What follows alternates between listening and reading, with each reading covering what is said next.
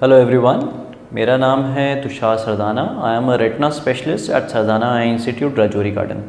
आज हम एक डिज़ीज़ की बात करेंगे जिसे बोलते हैं रेटिनोपैथी ऑफ प्रीमेच्योरिटी या आरओपी।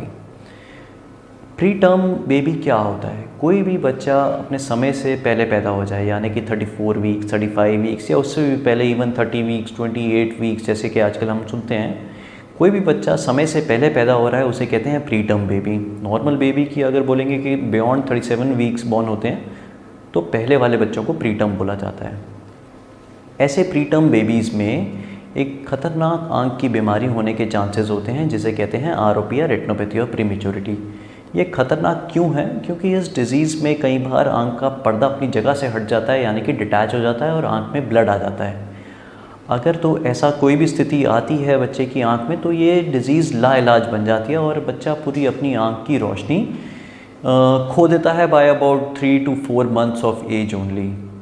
इसीलिए इस बीमारी के बारे में हमें सबको सेंसिटाइज होने, जानकारी रखना बहुत आवश्यक है। ये डिज़ीज़ क्या होती है? कुछ बच्चे जब समय से पहले पैदा हो जाते हैं तो सारे शरीर के अंग प्री मैच्योर होते हैं या कि अंडर डेवलप्ड होते हैं। उसी तरह हमारा आँख का जो पर्दा होता है वो भी अंडर डेवलप्ड होता है। आँख का जो पर्दा होता है वो सबसे मेन भाग होता है जो रोशनी में हमें देखने में हेल्प करता है। प्री टर्म बच्चे की या प्री मैच्योर बेबी की आँख बाहर से देखने में बिल्कुल नॉर्मल लगती है, लेकिन जहाँ तकलीफ़ होती है वो होता है पीछे का पर्दा, जो कि आँख के पिछले वाले भाग में होता है, बाहर से दिखाई नहीं देता। ये जो रेटिना होता है ये नॉर्मल पूरा डेवलप होता है by about 40 weeks of as.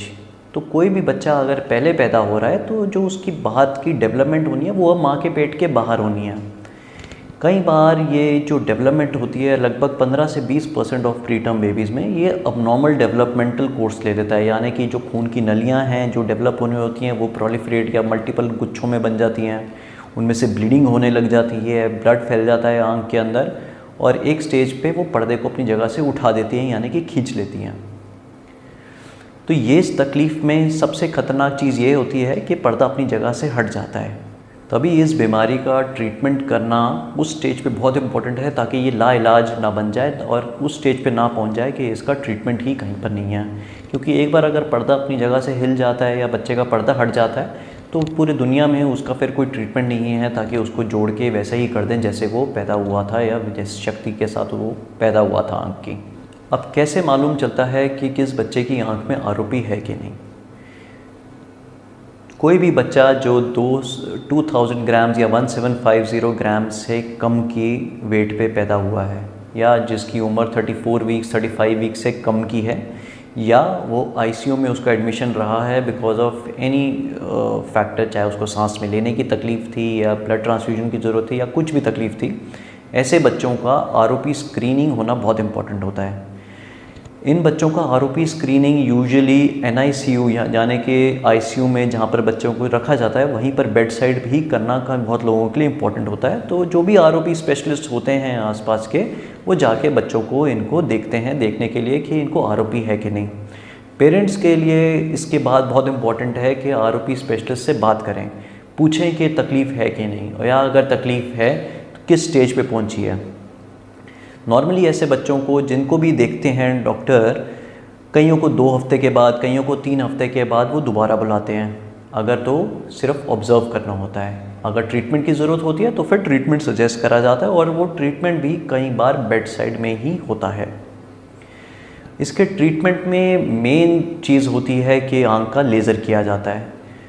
एक और ट्रीटमेंट का फॉर्म भी होता है जिसे कहते हैं आँख के अंदर इंजेक्शन लगता है, वो भी होता है, लेकिन जो मेन फॉर्म ऑफ ट्रीटमेंट होता है वो होता है लेज़र। जो लेज़र की अगर स्टेज पे तकलीफ़ है तो लेज़र डेफिनेटली करवाना बहुत ज़रूरी है। इसकी जो स्क्रीनिंग है 30 दिन रोशनी के हम सबको याद रखने हैं कि बच्चा जब 30 दिन से पहले ही उसकी आरओपी स्क्रीनिंग हो जानी चाहिए, यानी कि डॉक्टर को, आँख के डॉक्टर को दिखा देना चाहिए। कुछ बच्चे जो बहुत ही प्रीमेटर्म होते हैं, जैसे कि 1200 या 1100 ग्राम का वज़न है, या उनका जन्म 28 हफ्ते से 27 हफ्ते 26 हफ्ते में ही हो रहा है, इन बच्चों को और जल्दी देखना इंपॉर्टेंट है, यानी कि लगभग 20 दिन में ही डॉक्टर को इनको आरओपी स्पेशलिस्ट को देख लेना चाहिए पहली स्क्रीनिंग के लिए। किन बच्चों को आरओपी डेवलप होता है, यानी कि उनके रिस्क फैक्टर्स क्या हैं? एक तो ऑक्सीजन जिनको बहुत लंबे समय के लिए आईसीयू में मिली जाती है। वैसे तो देखा जाए तो ऑक्सीजन बहुत इंपॉर्टेंट है क्योंकि बच्चे की जान बचाने के लिए इंपॉर्टेंट होती है, लेकिन बहुत ज़्यादा मात्रा में ऑक्सीजन या कम मात्रा में ऑक्सीजन दी जाए तो ये एक रिस्क फैक्टर बन जाता है। तो हमें याद रखना पड़ेगा कि बहुत ही कंट्रोल्ड वे में बच्चे को आईसीयू में ऑक्सीजन देने की आवश्यकता है। दूसरा बहुत बड़ा रिस्क फैक्टर होता है अनीमिया। बच्चे का हीमोग्लोबिन कम है। अगर बच्चे का हीमोग्लोबिन कम है तो उसको तुरंत से तुरंत ही एग्रेसिव ट्रीटमेंट करके, चाहे ब्लड ट्रांसफ्यूजन करके, उसका हीमोग्लोबिन बढ़ाने की ज़रूरत होती है। तीसरा पॉइंट है उसके सांस लेने में तक दिक्कत है कि नहीं, क्या तकलीफ़ है सांस लेने में, उसकी लंग्स की मैच्योरिटी कैसी है, उसका ऑक्सीजन सैचुरेशन कैसे मेंटेन कर रहे हैं। बच्चा वेट गेन कर पा रहा है कि नहीं।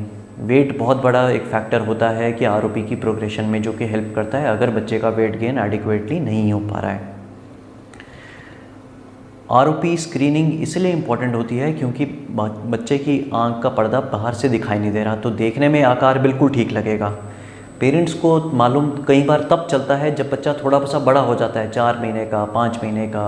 बोलते हैं कि बच्चा अपनी आंख को दबा रहा है, आंख से आंख मिला के नहीं देख रहा, कुछ ऑब्जेक्ट को अगर पकड़ने की कोशिश कर रहा है तो ठीक से समझ नहीं पा रहा।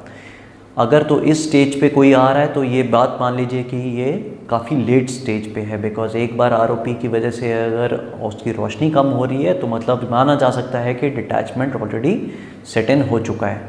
इसीलिए बहुत इम्पॉर्टेंट है याद रखना 30 दिन रोशनी के। Thank you.